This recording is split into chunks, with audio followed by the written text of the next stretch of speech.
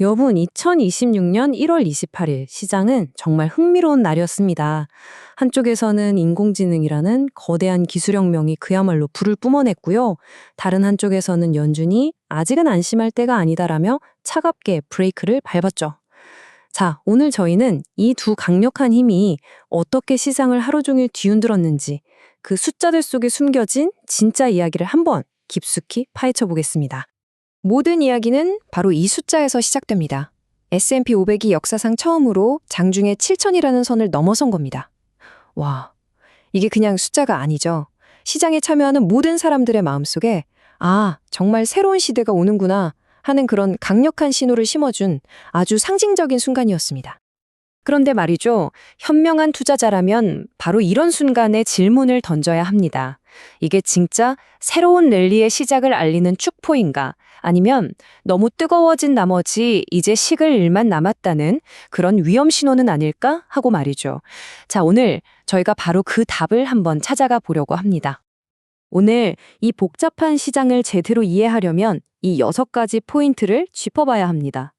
시장의 줄다리기부터 시작해서 AI 붐, 연준의 속내, 그리고 투자 전략까지 이 6가지가 어떻게 서로 얽혀서 이날의 큰 그림을 만들었는지 한번 따라와 보시죠.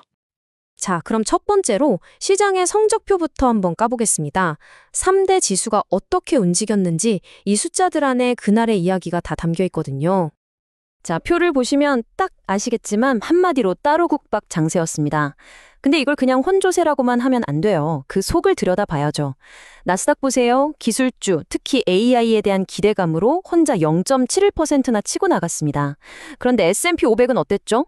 장중에 7천 넘으면서 와 간다 했는데 결국 연준이 찬물을 끼얹으니까 상승분을 싹 다 반납하고 마이너스 0.06% 약보합으로 끝났습니다. 다우존스는 더 심했죠. 헬스케어 주식들이 발목을 잡으면서 그냥 제자리 걸음했어요. 그러니까 이 지수들의 미묘한 차이가 뭘 보여주냐? 바로 AI라는 뜨거운 불과 연준이라는 차가운 얼음이 어떻게 팽팽하게 맞서고 있었는지를 그대로 보여주는 겁니다. 좋습니다. 그럼 시장 한쪽을 이렇게 뜨겁게 달궜던 그 힘, 그 낙관론의 정체는 도대체 뭐였을까요? 네, 바로 인공지능, AI 모멘텀이었습니다. 이건 뭐 거스를 수 없는 대세가 됐죠. 이 슬라이드에 있는 숫자들이 그냥 모든 걸 설명해 줍니다. 네덜란드에 ASML이라는 회사가 있죠. 반도체 만들 때 꼭 필요한 그 비싼 EUV 장비를 독점하는 곳입니다. 시장에서는 이 회사가 4분기에 한 68억 유로 정도 신규 수주를 받을 거라고 봤어요. 그런데 막상 뚜껑을 열어보니까 어떻습니까? 132억 유로예요. 132억. 예상치의 거의 2배가 터진 겁니다. 여러분, 이게 그냥 실적이 잘 나왔네 수준이 아니에요. 이건 전 세계 빅테크 기업들이 AI 데이터 센터 짓고 AI 칩 만드느라 지금 돈을 말 그대로 쏟아붓고 있다는 아주 강력한 증거인 거죠. ASML이 이렇게 대박을 터뜨리니까 그 온기가 반도체 업계 전체로 쫙 퍼져나갔습니다. 보세요. 반도체 기업들만 모아놓은 ETF인 SMH가 하루 만에 2.3%나 뛰었잖아요. 이게 뭘 의미하겠어요? AI 붐이 그냥 뜬구름 잡는 얘기가 아니구나. 진짜로 기업들이 돈 써서 장비 주문하고 있구나 하는 확신이 시장에 퍼진 겁니다. 자, 정규 시장은 끝났지만 AI 전쟁은 끝나지 않았습니다. 장 마감호에 나온 빅테크 실적을 보면 아주 중요한 교훈이 하나 있어요. 마이크로소프트를 한번 보시죠. 클라우드 사업이 38% 성장했어요. 38%. 이건 뭐 엄청난 실적이거든요. 근데 주가는 시간외에서 오히려 빠졌습니다. 왜 그랬을까요? 이유는 단 하나. 시장의 눈높이가 이미 하늘을 뚫고 있었기 때문입니다. 그러니까 지금 AI 관련주에 투자한다는 건요, 그냥 좋은 회사를 사는 게 아니에요. 시장에 미친 기대를 뛰어넘을 수 있는 회사를 골라야 하는 정말 어려운 게임이 됐다는 걸 이 표가 똑똑히 보여주고 있는 거죠. 자, 시장이 이렇게 AI라는 꿈에 흠뻑 취해 있을 때 갑자기 누군가 파티 음악을 딱 꽂습니다. 바로 연준이었죠. 그들은 여러분, 현실을 보셔야죠 하면서 차가운 데이터들을 들이밀었습니다. 여러분, 중앙은행이 쓰는 단어는요, 정말 허투루 보면 안 됩니다. 그 미묘한 단어 하나에 엄청난 힌트가 숨어 있거든요. 이번 FOMC 성명서가 딱 그랬습니다. 예전에는 고용시장이 나빠질 위험이 있다는 말을 꼭 넣었었는데 이번엔 그 문구를 싹 빼버렸어요. 그리고 경제 상황을 완만하다 해서 견조하다로 등급을 한 단계 올렸습니다. 이게 왜 그렇게 중요하냐면 연준이 이제 경기 침체 걱정은 안 해도 되겠다. 오히려 경제가 너무 좋아서 인플레이션이 다시 올라올까 봐 걱정되네? 라는 속마음을 드러낸 거나 마찬가지이기 때문입니다. 물론 파월 의장이 채찍만 휘두른 건 아닙니다. 당근도 줬죠. 금리 인상은 이제 끝난 것 같습니다. 라고 말이에요. 시장은 처음에 이 말에 환호했죠. S&P 500이 7천을 뚫었던 것도 바로 이 발언 덕분이었습니다. 하지만 진짜 하고 싶었던 말은 바로 이 다음에 나왔습니다. 그런데 말이죠. 금리를 내리려면 인플레이션이 확실히 잡혔다는 더 큰 확신이 필요합니다. 이 더 큰 확신이라는 단어가 핵심이에요. 시장은 3월에는 금리 내리겠지 하고 기대하고 있었는데 파월이 사실상 아직 확신 없으니까 3월은 어림없어 서두르지 마 하고 못을 박아버린 겁니다. 이 한마디에 시장 분위기가 순식간에 차가워졌죠. 연준이 이렇게 금리 인하 천천히 할 거야 라는 신호를 주니까 채권 시장이 즉각 반응했습니다. 특히 연준 정책에 민감한 2년물 국채금리가 4.5bp나 뛰었고 장기금리의 기준점인 10년물 금리도 덩달아 올라서 4.245%를 기록했죠. 이게 무슨 뜻이냐면 채권 금리가 올라가면 안전자산인 채권의 매력이 커진다는 거거든요. 그럼 상대적으로 위험자산인 주식시장에는 당연히 부담이 될 수밖에 없는 거죠.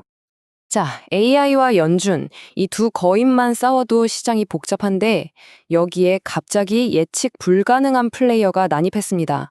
바로 정치, 그리고 대통령의 트윗 한 줄이 했습니다. 트럼프 대통령이 소셜미디어에 딱 한 줄 올렸습니다. 약달러가 비즈니스에 좋다. 이게 그냥 개인적인 생각이 아니죠. 미국의 대통령이 우리나라 돈 가치가 떨어지는 걸 용인하겠다. 꼭 전 세계에 선언한 거나 마찬가지입니다. 당연히 외환 시장은 발칵 뒤집혔죠. 결과는요, 보시는 그대로입니다. 즉각적이었죠.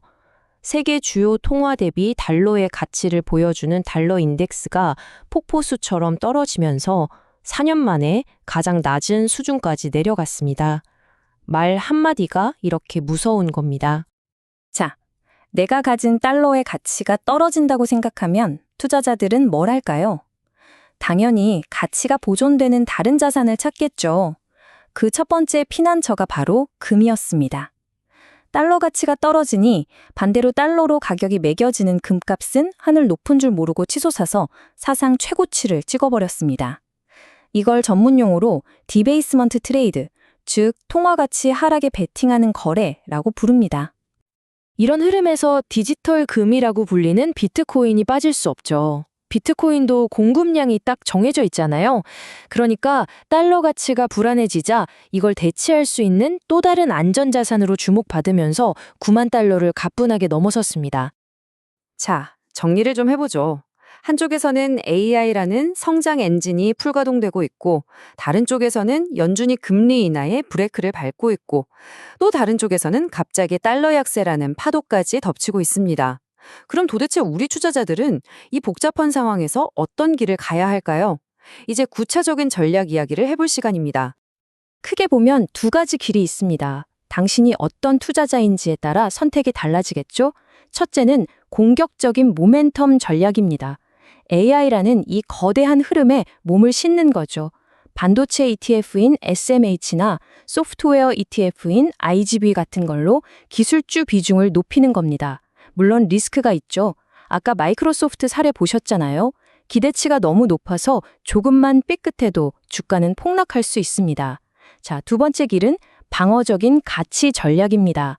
달러 약세나 혹시 모를 인플레이션에 대비해서 내 자산을 지키는 데 집중하는 거죠. 금 ETF인 GLD나 꾸준히 배당을 주는 우량주 ETF, SCHD 같은 것들이 좋은 대안이 될 수 있습니다. 이 전략도 물론 연준이 갑자기 마음을 바꿔서 금리를 올리겠다고 하면 타격을 받을 수 있다는 점은 기억해야 합니다. 자, 그럼 이제 마지막으로 이 모든 걸 종합해서 현재 시장에 참여하고 있는 사람들의 심리가 정확히 어떤 상태인지 객관적인 지표로 한번 들여다보겠습니다. CNN에서 발표하는 이 공포와 탐욕 지수를 보면요. 지금 바늘이 극도의 탐욕 쪽으로 완전히 쏠려 있습니다. 이게 무슨 말이냐면 시장에 이제 무조건 간다는 낙관론이 가득하다는 뜻이에요. 물론 좋죠. 하지만 역사를 돌이켜보면 이렇게 모두가 한쪽으로 쏠려 있을 때, 즉 모두가 파티를 즐기고 있을 때가 단기적으로는 가장 위험한 순간일 수 있다는 경고등이기도 합니다. 남들이 탐욕에 빠져 있을 때 두려워하라 하는 말이 괜히 있는 게 아니죠. 결국 2026년 1월 28일, 이날 하루는 앞으로 우리 앞에 놓인 거대한 질문을 압축해서 보여준 날이었습니다. AI라는 인류의 미래를 바꿀 기술 혁명의 힘이 모든 경제적인 장애물을 뚫고 시장을 계속 끌어올릴 것인가? 아니면 인플레이션과 금리라는 현실의 중력이 결국 이 뜨거운 기술주들의 열기를 식히게 될 것인가? 이 거대한 줄다리기에서 어느 쪽이 이기느냐에 따라서 우리 모두의 투자 성과와 자산 시장의 미래가 결정될 겁니다. 오늘 분석은 여기까지입니다.